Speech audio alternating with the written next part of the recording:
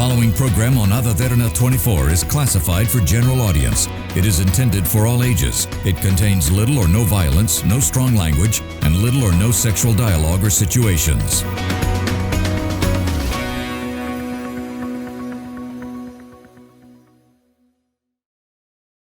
The following program contains opinions of the participants and does not reflect the views and beliefs of the Derana Media Network. The network believes in a safe space for all ideas to be expressed without any censorship and on its duty to create such a platform for free speech. Viewer discretion is strictly advised.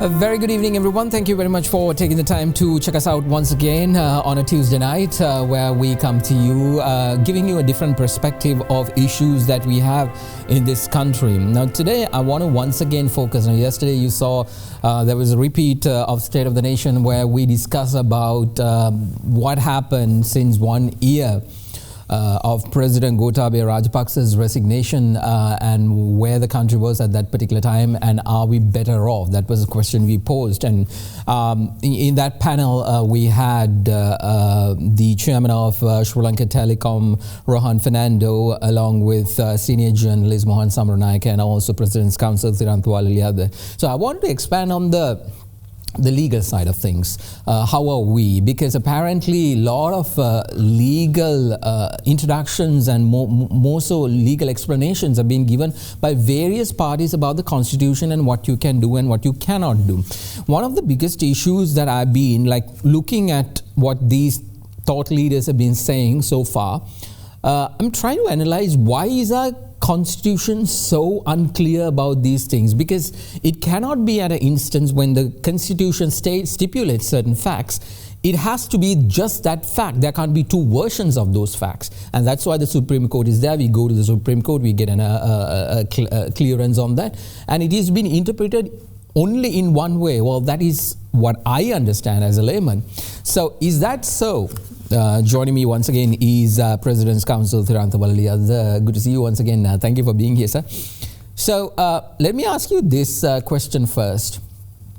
We say Democratic Socialist Republic of Sri Lanka. That's the title of our nation. And in an instant like that, are we a democracy or are we a constitutional republic? And what exactly is the difference in between these two? Constitution created a democratic state of government. Democratic republic was created by the Constitution. It's not a constitutional republic. A democratic republic was created by the Constitution. Of course, the Constitution was created by the people. So which came first is like, did the hen come first or the egg come first? So what you say is quite correct. See, there are a lot of anomalies in this particular Constitution. It started especially with this PR system, which nobody wanted. I forget about the PR. See, what I'm trying to tell you is, I think it is timely, at least you,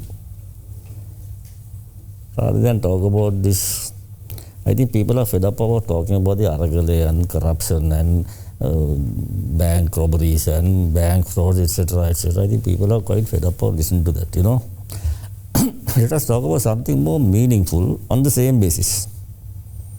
Okay. What I say is this, the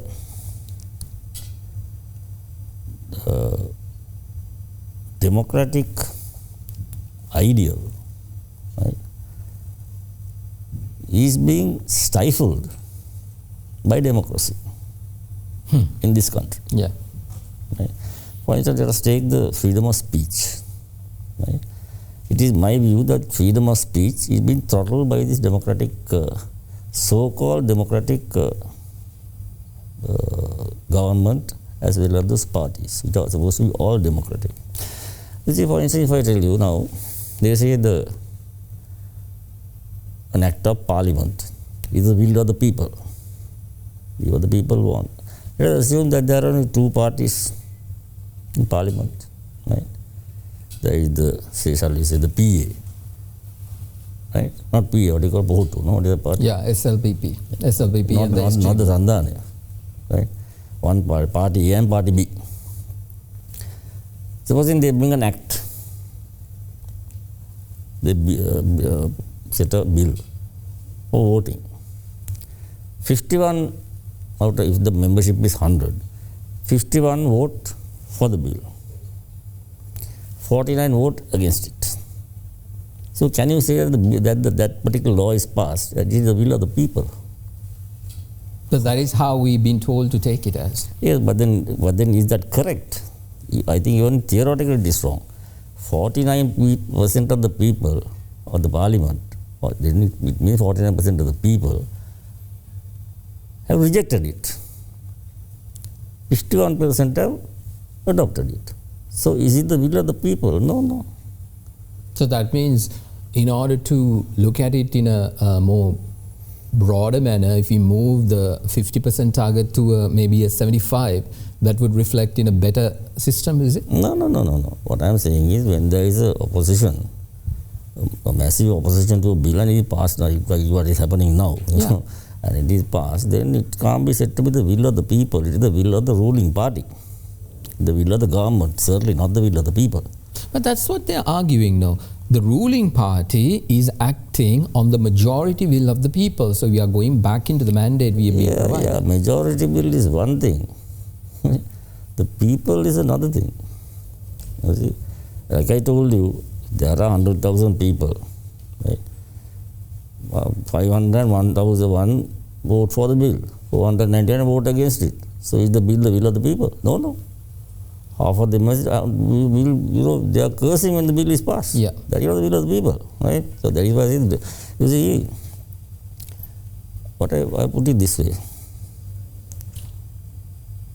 I said that the present democratic or interpretation or implementation of democracy in this parliament, for that matter in any country, I think, right, is stifling the freedom of speech, which I think is the most treasured, next to freedom of movement, the most treasured thing for a person is freedom of speech. You throttle him and he gets into, the whole system gets into difficulties. Basically, you can't express the way you want. Is that what you're trying to say? Because there is I'll tell you why. Because now, if the opposition, now see what happened to Bandurguna and his crowd? They went and accepted membership in this Bandurguna, the membership in these ministerial positions. This chap called agriculture, Amaravira. Yes, Mahieash Johnney. They accepted some ministerial post and they were sacked from the party. Now that is what I call undemocratic. That is why I say freedom of speech is stifled by the democratic system as it is implemented now. If the ideal parliament would be where any member of any party is entitled to support the bill or to support a crucial act done by the government or to oppose it, right, without losing his membership. Now, see what happened to Maithripala. Maithripala says that, well, the Supreme Court said this, therefore I am inviting these people back, right? Mahieash says, I never left the SLP. The ICD says, it's from my heart. All that is fine. But if you say that, if you speak in favor of the government or accept a government ministerial position, you are sacked from that party. Is not democratic. No, the freedom of speech is gone. What you're trying to say is the fact that you have to look at the bill and figure out whether the bill is good for the people rather than figuring it out, or should I think in the lines of what the party is thinking or what the government is thinking, and completely ignore the simple fact whether the bill would be beneficial for the people. No. What I'm saying is now the party has its own constitution now, right? They have their own meetings. That Balavege, this Balavege, Mahajan. Because we had the same issue when people who screamed to go to the IMF, when the bill came to Parliament, voted against it. So we don't know what to think about that. Yeah, then what happens to the membership of the people, of those MPs? You see, the individual party constitutions have to be amended. to be democratic. In the sense, it must say that you come to parliament through our party, but you represent the people. Therefore, you are entitled to speak in favor or against the government. If you speak in favor of the government while being in this party, that should not disentitle you from membership in the party. That's basically what is happening in the United States and in European parliaments, where you have the freedom to go and speak the way you want and vote the way you want. But didn't it happen in Pakistan? And they voted somewhere thrown out of parliament. No? In Southern Asia, we have that. That's right. I think that is all wrong, because you see, now everybody wants a voice. No, what do you call Podu, what do you call that? All party government. Yeah. The only way to have an all party government and to make sense of this so-called this concept of democracy is that once you get elected to parliament by the people, right? So if the majority, one party is in the majority, one party is in the minority. So that is the entire parliament is the will of the people. That is correct, no? Yes. Right? Of the people, by the people, for the people, and right? That is by the people. But if the individual members of each party can speak for or against the proposed action by the government, right, without having his membership thrown out or disqualified, then I think we have the ideal this all party government, where it becomes one big family, no? They work for the betterment of the country. Forget about the people, they work for the betterment of the country, right? But the moment if this qualification is there, now supposing we'll assume Sajid Premadasa, right? He has a big meeting of his people, and he says that we will not support this bill, and about 30% of the people want to support the bill. Right? So are you of the view that the executive should be abolished? Because no, we need the executive, no. And how does that work then? Because in this type of situation, I don't think you can. Maybe in about a year's time, as it is, you need the executive president as it is. But it's not very a good idea, because the whole parliamentary system where the Governor General was there, right? And he was nominated the government and he used to run for this ceremonial sittings and this and that. And the parliament had the power. That I think is the ideal situation. The executive, the coming in of the executive presidency is one reason of the ruination of this country. Yeah. Right? Because it's bringing. But at the moment, with all these arrogance and this and that going on, you need one man at the head. You can't be putting all these into parliament, especially with 225 people. So let me try to understand what, I want to talk about the fact that in terms of what happened last year at this time of the year, because we were told that we can violate the constitution because there are people who will take care of us. We were told that apparently you don't have to respect the constitution, and it is, because it's not clear. But the thing is, when I keep diving deep into it and I'm trying to learn about it and I try to understand it, what I saw was the fact that apparently even in an instant where the public dissent was at such a high rate, you have provisions, whereas you can you can ask the parliament to invoke, please correct me if I'm wrong, a referendum to see whether the executive should continue to end his term, and that is, I think, Article 85 or so. So like that, it exists, but we were never being informed by the people, the gatekeepers of the law, completely forgot about to do their job. So gate crashers of the law. Yeah, exactly. And they became the gate crashers of the law. So tell me, the current constitution, the freedom of speech is a good topic that you touched upon, where we need a lot of revamp. Is the rest of the constitution also like that? Or what we'll take the illustration you gave. During this bad period, people say, you don't have to obey the constitution, we don't need the constitution, burn the constitution, all those things are there.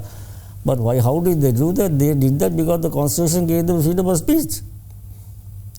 They were using the freedom of speech that was in the constitution. And you have to say this is against the constitution, no? So when they say we don't care about the constitution, they forget the fact they're talking under the constitution. Stupid thing to say. You know what I mean? And let's talk about the process of what happened. So we had a huge public protest displayed in Golfers Green, and that led to giving the idea that the incumbent president at that particular time was not doing his job. He wasn't. But, he had to vacate his position or leave, because apparently the idea that we were given by the people who led the Aragale was that as soon as he leaves, everything is going to be, perfectly all right. Now, that is the question and the conundrum that I have in comparison to where we were. We were a free country. Now we are not, because we are now at the behest of the IMF, the United States. All these geopolitical actors are now very comfortably in this country. The current US ambassador got where she did her job for her country. She got Sri Lanka to the position where it should be, that is beneficial for the United States. We will hear conversations about SOFA, AXA, all these things coming back. And it would not be hard for them to pass this time around, because, we don't have money. In order to get the money, you got to do certain things, be at that kind of thing. Now, we don't have that free speech or the free thinking anymore. Now, we have to basically go under certain factors. How does the Constitution clarifies these things? Because recently I saw when the courts made a decision with regard to freedom of speech, the US ambassador stood up and said the courts are wrong, the government is utilizing the courts in order to get these kinds of things. I don't understand why she is not being questioned, because she has no right to basically interfere with our internal matters. She has diplomatic immunity, but she has no business at all to interfere in our matters or in our court system. You see, like I think you said the last time, for instance, the defense budget, I think America is the highest defense budget, right? But when we increase our army, they start saying, it's a waste. It's a waste of money. Now I find that Mr. Wickremesinghe is going to cut the army by half, right? Who is going to defend this country? In the event of an attack from the north and the east, or from any other terrorist organization, who is going to defend this country? You have to lay down and wait. There's another thing, this particular ambassador you're talking about was unnecessary interfering in our affairs. And, set the whole Human Rights Commission on fire, saying that this is you see what a silly thing to say. Here these people are jumping around, breaking barriers and jumping into government buildings. And this lady says it's a peaceful demonstration. I mean, maybe that is the American idea of peace. But it wasn't, because when it happened there, they said they are rioters, insurrectionists. Those are the words they used. Shot them, arrested put them in jail. Yeah, nothing of that. So I asked this question last time also. Why aren't we having an accountability process for these kinds of vandalized activities? They started, no? I think it has started now. The people being arrested here and there. But then this country is now fed up with the Aragale, Yeah. But the thing is, if you do not tell the people your action have consequences, then it is going to repeat the whole thing, because I no longer am afraid of the law coming after me when I do something wrong. So if that is the message we are giving this time around, despite the fact that we are fed up, is that right? No, it's not right. But at the moment, I think we are engulfed in other matters, no? Economic problems. And by the time Mr. Ranil Wickremesinghe leaves this country, leaves this presidency, well, I think, for that matter, he says now, His Excellency, the President says now, for tourists and all these people to come and buy apartments, buy land, we will give you ownership, we will do everything. You can come here and you can invest here and you can buy and you can get ownership. First thing is China will buy Golfers and expand into Sri Lanka, into internal Colombo, right? Then what is going to happen? At the end of it, America will own the south probably, right? And the IS will own the middle, the Kandukara, the middle area, and the LTT will be running around in the other areas. The exact thing that happened to the Philippines. And then, if you call a Sri Lankan, right? We won't have a land to call our own. If this what Mr. Wickremesinghe says is going through the way he says it.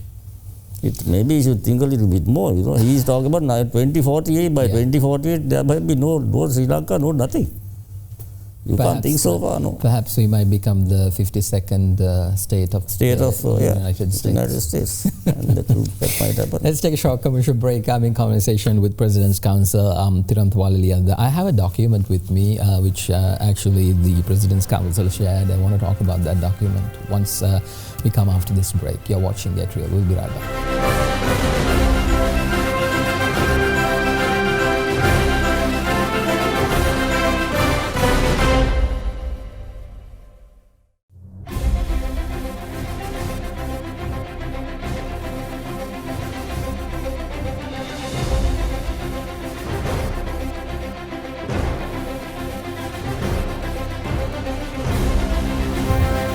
Welcome back, everyone, to Get Real. I'm in conversation with President's Counsel Tirantha Walaliyadde. So you handed a document to me which you have got from the Hansard of the Parliament, and which is, as you can see on the side of the screen, it is the resignation letter of President Gotabaya Rajapaksa. He basically, as you can see, he argues the fact that, during COVID, what he did and how he faced the whole issue here. Now, and in I think the first, second, third, fourth, fifth paragraph, he basically says, I'm going to resign from the post of president. Now, this document came to Sri Lanka when he was not in Sri Lanka, so you know the whole story about it. We were waiting for a document, so once the document came, it has been addressed to the Speaker of the Parliament, Mahieash. President's Counsel, what's wrong with this document? See, now this was taken from the website of the Parliament, from the Hansard. This is what was read by the Dhammika Dasanayaka on the 14th of July 2022, when Gotabaya Rajapaksa is supposed to resign. Now, you see, take a look at that document. Okay, you find a little. This is like a very important document. This is the document where the president of the country is said to resign. Yeah. Right? Which means it's a massive... It is the biggest or the most important document in recent history. Yeah. The head of state resigning. Because it has never happened in our country. It has never happened. Now do you see a little, shall we say, Nyarajuru on the date? Yeah. He was in Singapore. You remember why I got this or this? When this resignation letter was being, dashed around, the various people, the speaker will say, yes, the resignation letter has come. It is coming. It is on the way. It has been posted. I have received it. I am about to receive it. I'll show it to you. I'll do all those things. I have received it. I sent it to the government analyst to check the handwriting. All those handwriting? Yeah, he said, check the signature or something. Yeah, signature. And listen that. And suddenly he said, okay, we have got it. And on the 14th, presented to the Parliament. This was read out in Parliament. Right? So, due to this vagueness of this speakers, honourable speakers, I think he was attacked very badly by various people. But if you want to say something straight, as to whether he said come or not. Now, then I thought better have a look at this document, and I got it from the Hansard to the net. You see the date on top. You consider the date. Now I will give you something little, upsetting on the top date, right? 14th of July, 2022. So apparently it looks like it was written on the 30th. Wait. Now, the next one, I have given enlargement of that same portion. Yeah. Now you see there's something massively wrong with that date, no? The 13th has been overwritten by letter 4, merit 14. So, first of all, is this a legal document? It's the Hansard, no. Okay. So, if it is a legal document, let's say, everybody knows this, when you go into a bank or when you do any transaction, we sign a slip, right? So in case you make a mistake, like let's say you forgot about the date, they insist, they make sure you have to initial at that particular position. You have to put your initials, you have to put your this thing. So it looks like can the former, because the former president didn't declare and he did not address the nation and said, citizens, I have resigned. Right. Okay, which is supposed to be the the protocol or the right thing to do. You are leaving the presidency, fine. You come to your citizens, the 6.9 million who trusted you. I'm sorry, I'm unable to do the job. I respectfully resign. I'm very sorry, and you move out. Like I think it was President Nixon. He addressed the nation and he resigned that way. So that particular video is very important to the history of United States. We never saw that happening by Gotabaya Rajapaksa. Up to this date, he has not addressed the nation. Yes, sir. So, what is your opinion on this? Leave it open, you have intelligent public though, right? Dhammika Dasanayake was the former state counsel. You know, I know him very well. He is the one who read this, right? Didn't know, not only that, no. Don't you think they might have another version of this?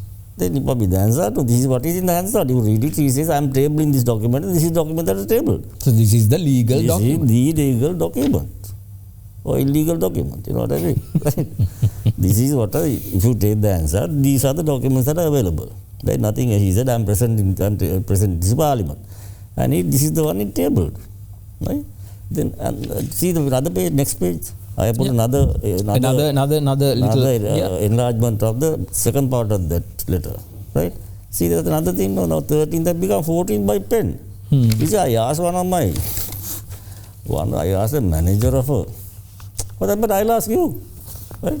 Supposing one of your employees or your subject clerk comes and gives you a letter, I am resigning, and hands you this letter with these kurukuru rules, will you accept it? This is the president of the country. Exactly. You will reject it. So what puzzles me is this document. It was sent from Singapore, no? Yeah. The question is, when was this alteration made? Was it done here or was it done in Singapore? Do you think, my friend, this came by email or something? No, right? If the date we were told that somebody is bringing it. Somebody bought it. If somebody bringing it, surely will you send this type of trash? It is just a matter of ordering the date and pressing the button and getting the printout and go and give this. So why did he do this? I can't understand why he did, if he did it. So can this document be challenged? Think about it. You see, because if this alteration was done by him, that's fine. But then would you think that but he has not attested to it up until now? Not even one of his half signatures on the alteration, no. Even if you cash a check from the bank, you make an alteration, sign countersign this alteration, sideline the alteration. Nothing here, not even a seal. If he did this, no problem. But if he came to Colombo and this alteration was done without his consent, or without his knowledge, or without his consent, then this document is a forgery. It's a forgery. In an instant like that, what do you think? Let the parliament, they are the people, they are the running boys in this matter, no? They were given copies of this document before it was read. They were clamoring for it. That's what I don't understand. Didn't anybody see this alteration, for goodness sake? I'm sure this went through a lot of lawyers. It went to the government analyst. Exactly. Didn't you say there's an alteration here? Where is the analyst report? Nobody has seen it so far. What did the analyst say? So, I mean, any analyst is common, any basic analyst is there's an alteration here. It will be in the report. Where is the report? Nobody has seen it. So that is why I said long time ago, in I think maybe your interviews, I said so-called resignation. So-called resignation, So, but problem is, you think about it and see. No. It puzzles. I mean, like, it makes sense why he did not address the nation afterwards. Yeah, that's okay. But will the president of the country say this about document? Exactly. And what do you think is the reason to alter it? He sent it by hand, no? So let's say even if it came on the 13th, why can't you present this document on the 14th to the parliament as it is without making any alteration? Yeah, that's another thing. Is there an issue there? No. As long as he says the date on which he resigns in the body of the letter. And so it both says 13th. Now if you say send to the manager, my dear manager, he went and tendered my resignation to effective from the 11th of June. You send it on the 10th. It's the 11th. Can I say that? No. Who did this scribbling? Can you imagine the president of the country doing this? Absolutely. Let's move. That is one issue. Let's move on to another subject. I want to talk a little bit more about the freedom of speech factor. The freedom of speech factor, now it has been argued with... 1 minute. I'm not saying it's a forgery, yeah? All I'm saying is the legal situation. This was read by the MPs are clamoring for this letter. It was given to all the MPs. None of them has seen it. Not Premadasa, not Jampika, not our friend Anu Kumar Sarana, who is always jumping around about these letters. Right? It is files. Nobody has seen this. Right? I'm not saying it is a forgery. I'm only saying there are issues. If those alterations were made without the knowledge of the president, then it could be a forgery. Or without his consent. Understood. So let's talk about the other subject matter, the freedom of speech factor, which was in the news for quite some time in the past few months, especially with the arrest of Natasha Edrisuria, who was jailed because she made defamatory statements against Lord Buddha. In that matter, the freedom of speech factor, one thing, there's a social element to it, and then there's the legal element to it. Now, I can't come on air and say anything that I want to say without understanding if people disagree, there will be a backlash. Actually, I know it very well. I went through it. So in an instant like that, I should have the ability to take whatever that is being thrown by the society and understand, well, you disagree or agree. And that's the civilized way of proceeding. Now, on social media, you might be hammered, so you should have the mental capacity to take that kind of stress or whatever, not keep crying or putting, throwing tantrums. Now, in an instant like that, how do you define, because the law, there is another question that I have. Now, the ICCPR is what's basically giving us this freedom of speech opinion factors into a law. But then there are two versions of it. You have the global ICCPR and then there's the local ICCPR. The local ICCPR doesn't have all the things that is there in the global version. What is the need for both? Why can't we just take what we agreed at the United Nations and implement it here? What is the issue that we can't do that? Well, that is up to each nation because even the United Nations itself says these resolutions do not form part of the individual country's laws. If you want to make it a law applicable in that country must ratify that by parliament. Right? The reason I'm asking that is because during the Natasha Edrisuria whole episode, most of these so-called scholars took the ICCPR in the global sense and told the people, see, it's there, it's okay, you can do anything you want under that term. But not telling the people there are two versions of which Sri Lanka has its own, and the global version is because the global version says you can do anything what you want, say whatever, you have the freedom. But that is not there stipulated here. So what is the... No, but even in the group, we are taken part of the global version, no. Yeah. This part of it as section 9 or I think 9 or something, is what imposes strictures on freedom of speech. You make a speech which will... upset another part of the community, then those are things that are stopped by the ICCPR. The idea of that section was to stop this type of upheaval inside the country, So we have taken that and made it part of our law. That part is applicable, right? So even if you take the entire global one, this particular section is there, no? But sir, saying anything, any opinion will definitely upset a set of people. No, not any opinion. You see, ICCPR specifically says no, religious, right? Then political or some. There are certain areas which is specific, race, right? Yeah. And if you say that type of thing, and that upsets another set of people, not one, a set of people, then that is what the ICCPR seeks to prevent. Now, Natasha's affair, her getting bail is there is no problem. She should be given bail, there is no problem there. Right? But the question is whether the statement was malicious. Right? Or derogatory. It was derogatory. But I think what she said was, well, she brought the Buddhism into ridicule. into ridicule. It was, shall we say, into contempt, apahasatmaka. You know. So that is prevented, that is stopped by the ICCPR. That is why she was arrested. Not that she maliciously went and said this. I don't think so. I don't know. It's very clear that she had no clue about what she was just making jokes, you know. Yeah, exactly. And she made the wrong joke at the wrong time in the wrong place. And paid for it. You know? And that's the thing, no? It's not about all the other jokes she made. Yeah, you don't have to intend to cause this disruptions here. But if your statement has the effect of causing an upheaval elsewhere, then you are liable for it. That is what is prevented. You see, this is why I am telling you, freedom of speech. You can say anything you want.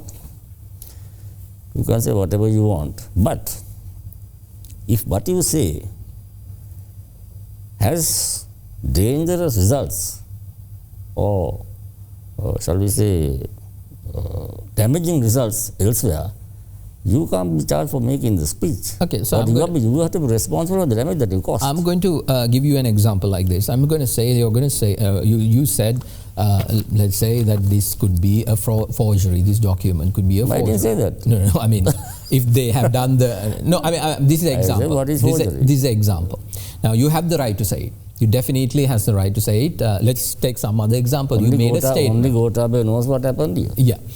You made a statement, not with regard to this. Let's say you made a statement saying hospitals are bad. Okay, so you make that statement and you are giving the fact to say it is bad.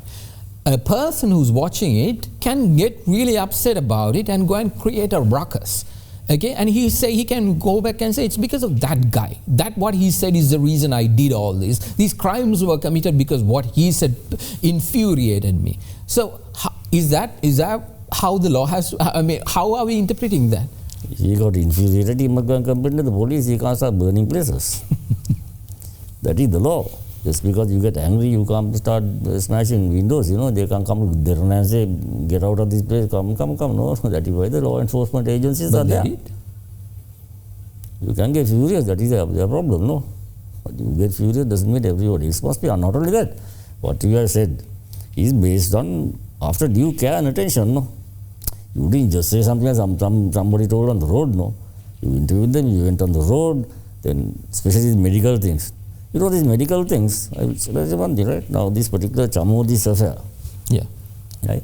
That caused a lot of now people are saying that by the press they are making derogatory statements and you are putting the entire country against the general hospitals, blah, blah, blah, blah, blah, blah, and blah, right? But, see, according to what went on the news, this girl went to hospital with a stomachache. Right? She was okay. Then they administered this particular drug, antibiotic, and within a few little time, she died. Obvious. I mean, there are basic questions that you really need to ask. You see, what I'm saying is this. You see, now what happens? Now then they appointed a committee, right? A committee to find out the cause of death. Surely, is it such a big deal to find out the cause of death of one single individual? This is not a big deal, no? Right? They have put the 5 of the most eminent doctors or whatever called professors to find the cause of death.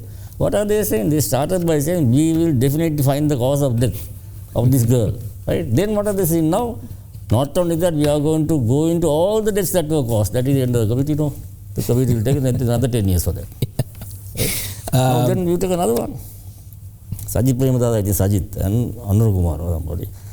We are going to bring a vote or no confidence against K.L. Rambukal. So K.L. Rambukal says, I have not frightened of you. Right? They first say, Sajit Premadada and Anur Kumar and all the people are saying, no, we are not only against K.L., we are going to bring a no confidence against the entire government. He will get his normal 65 votes. And the others will get the sad thing is, even though we are laughing about it, it's at the expense of this is fraud, no? Yeah. Utterly fraudulent state. Let's take a short commercial break. I got more to discuss with President's Counsel Tirantha Walaliyadde. We are talking about a lot of matters with regard to the state of affairs of our nation. We'll be right back. You're watching Gateway.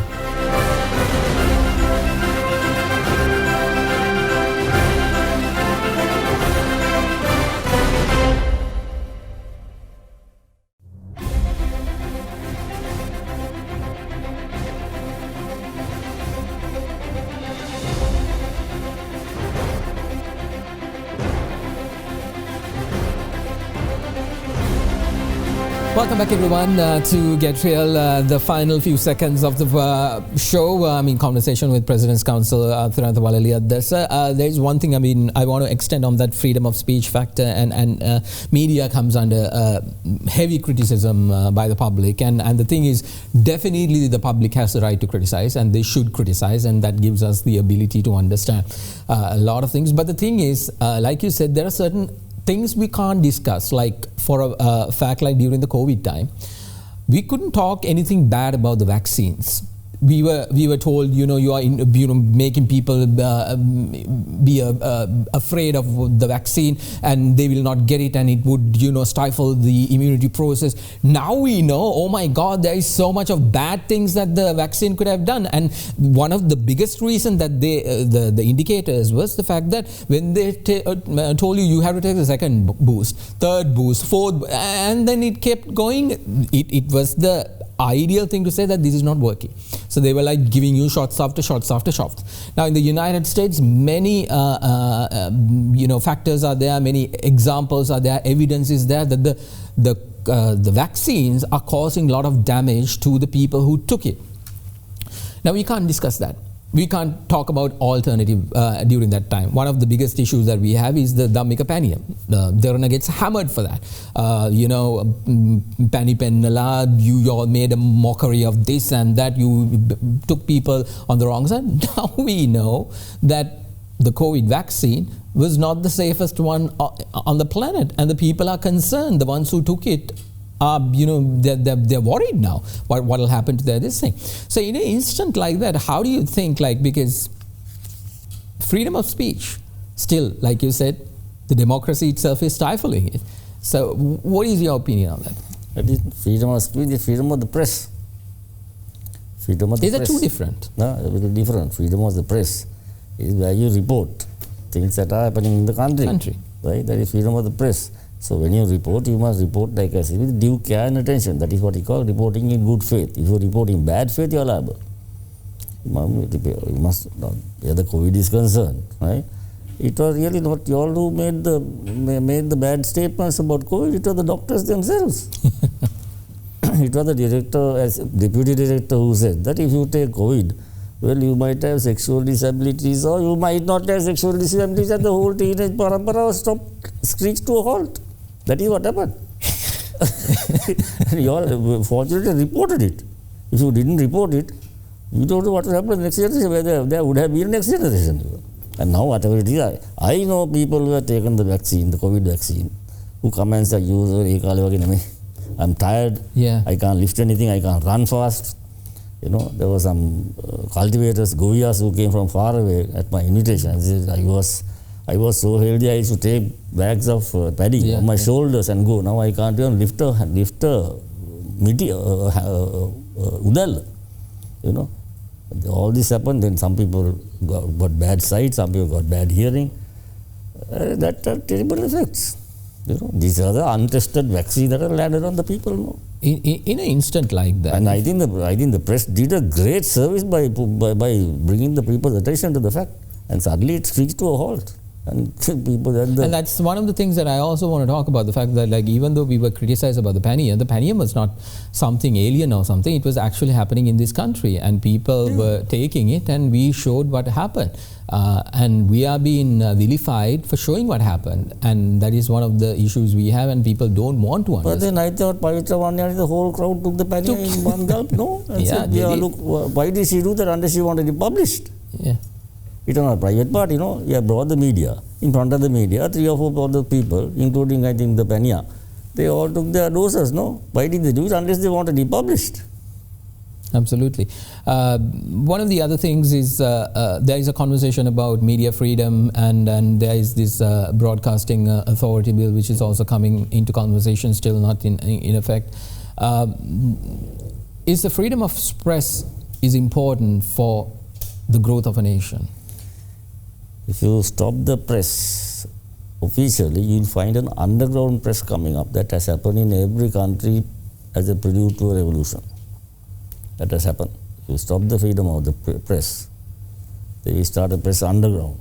Then the country has had it. At least now, the government knows what is happening. The moment you shut the press up, the underground press will start working. You see, you can't stop a man from talking. You know, if you say shut up, he will not shut up. You only have nothing to say, he will say something. You know what I mean? The freedom of speech is something that is, shall we say, ingrained to us. And the freedom of movement. You shut a man up. You tell a man to go and sit in a rest house and wait, give him all the air-conditioned luxuries, TV and everything and whatever he wants. And he says, you will not get out of this rest house. The next day he'll be out.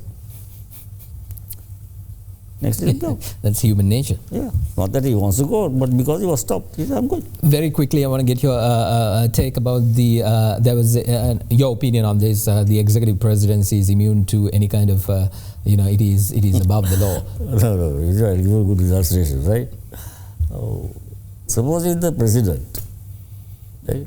Raises a gun to parliament and shoots down the member of the chief of the opposition, saying, I'm going to kill you. You mean he can claim immunity after that? I said, no, I'm immune. But apparently that's what we've been told. That is why I said all these immunities, all these rights, all these rights, liabilities, all these, they have their limits. There's a limit. All these rights, human rights, fundamental rights, etc., all subject to the criminal law of this country. You cannot, under the guise of fundamental rights or freedom of speech or anything, go and commit crimes. So why do you need to create confusion saying that the president is exempt of all those things? That is the question. In the Constitution has that. But it's a matter of interpretation. You must interpret it sensibly. It does not make the president a god, who can just shoot down people. That is very factual right now because certain pardons that was given during the president has been reversed by the Supreme Court. Exactly. Saying, you can't just give criminals pardons just as... Recently there was an instance, I remember some MP or the other, who was rushing to parliament, was stopped by a traffic cop. And the record was made saying that, my freedom of movement from parliament to my varaprasadas, my privileges have been all damaged and blah, blah, blah in parliament. Suppose the man ran over another man and killed him on the spot. But there was that example, and that is the funny part about it. One MP from the TNA went and hammered or assaulted or had an incident somewhere, and then the police came to arrest him. He was saying, the speaker said, I have the right, you can't arrest me, this and that and all that kind of this thing. So we've been told that apparently, you become a politician, you're God. No. What they are trying to do here is this, what he was trying to do, they are trying to ask for police powers in the north, and the east. So what he's trying to show there, to my mind, is that they can't work with the police here. That is what they're trying to say. That is President's Counsel, it has been a pleasure speaking to you and trying to get your opinion, iron out these kinds of issues that has, in people's minds with regard to the Constitution, and also trying to understand the legal side of things. It's vital that we give these kinds of opinions to the people, because most of the people do not know what the Constitution stipulates with regard to the rights that they have, and they have always been misled. And sadly, it is also part of the fraternity who do these kinds of damage, and we saw that happening last year, and hopefully we are on a path towards rectifying it. I really appreciate you coming in and speaking to me. Well, that's all the time we have for you tonight. Thank you for watching. I'll be back again on Sunday with State of the Nation. See you then. Bye for now.